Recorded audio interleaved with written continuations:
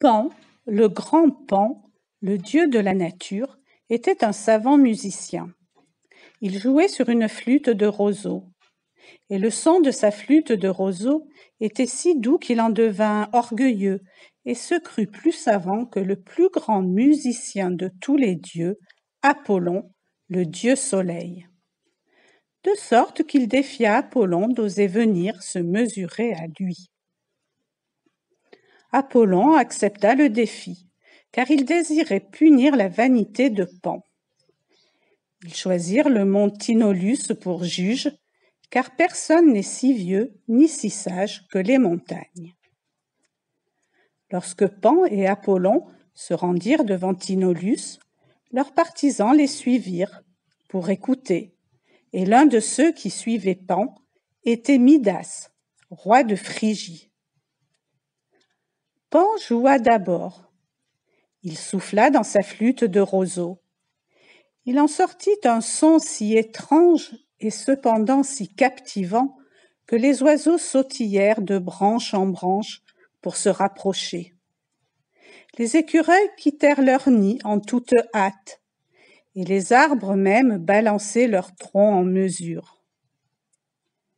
Et Midas pensait que c'était la plus merveilleuse musique du monde. Alors Apollon se leva. Ses boucles dorées laissaient tomber des gouttes de lumière. Dans ses mains, il tenait une lyre en or.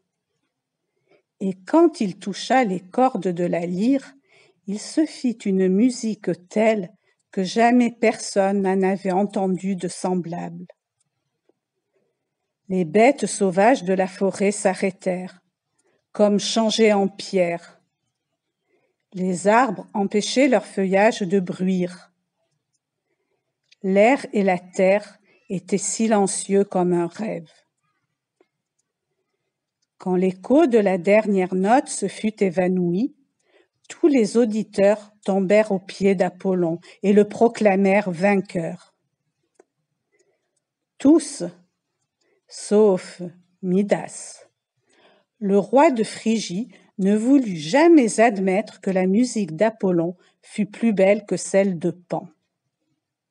« Si tes oreilles sont si imparfaites, mortelles, dit Apollon, elles prendront la seule forme qui leur convienne. » Il toucha les oreilles de Midas. Immédiatement, elles s'allongèrent en pointe, devinrent mobiles et velues. Midas avait les oreilles d'un âne.